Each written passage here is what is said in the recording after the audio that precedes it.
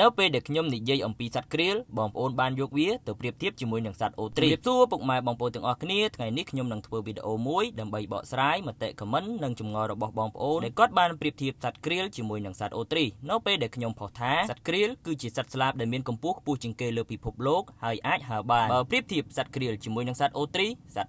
មានកម្ពស់ខ្ពស់ជាងមានទម្ងន់ច្រើនជាងប៉ុន្តែអ្វីដែលខុសគ្នានោះគឺសត្វអូទ្រីសមិនអាចហើរបាននោះទេក្នុងន័យដែលខ្ញុំលើកឡើងថាសត្វក្រៀលគឺជាសត្វស្លាបដែលមានកម្ពស់ខ្ពស់ជាងគេលើពិភពលោកហើយអាចហើរបាននោះគឺសំដៅទៅលើសត្វក្រៀលវាខ្ពស់ក្នុងចំណោមសត្វស្លាបដែលអាចហើរបានប៉ុន្តែក្រៀលមិនអាចទុំលើមែកឈើបានទេហើយអូទ្រីសក៏មិនអាចទុំលើមែកឈើបានដែរក្រៀលគឺជាសត្វកម្រនិងមានប្រវត្តិដ៏យូរលង់ណាស់មកហើយបានឆ្លងកាត់នៅប្រវត្តិសាស្ត្រវប្បធម៌សាសនាជាមួយនឹងប្រទេសកម្ពុជាដែលត្រូវបានដូនតាខ្មែរយើងចារឆ្លាក់នៅលើជញ្ជាំងប្រាសាទបាយ័នចុងសតវត្សទី12ដើមសតវត្សទី13រៀងរាល់ឆ្នាំនៅរដូវបន្តពូជត្រូវបានបញ្ចប់សត្វក្រៀលបាននាំកូនតូចៗរបស់ពួកវាមកកាន់តំបន់ការពារទេសភាពបឹងព្រៃលពៅខេត្តតាកែវវាកំឡុងខែធ្នូនិងបន្តស្នាក់នៅរហូតដល់ចុងខែកុម្ភៈឬដើមខែមិនិនាទើបវាបំលាស់ទីចាកចេញទៅកាន់តំបន់ផ្សេងៗសត្វក្រៀលគឺជាមោទនភាពរបស់ខេត្តយើងសូមចូលរួមថែរក្សាការពារនិងអភិរក្សធនធានធម្មជាតិដើម្បីទាក់ទាញទេសចរលើកស្ទួយជីវភាពសហគមន៍មូលដ្ឋានសូមអរគុណពុកម៉ែបងប្អូនទាំងអស់គ្នាសម្រាប់ការតាមដានទស្សនា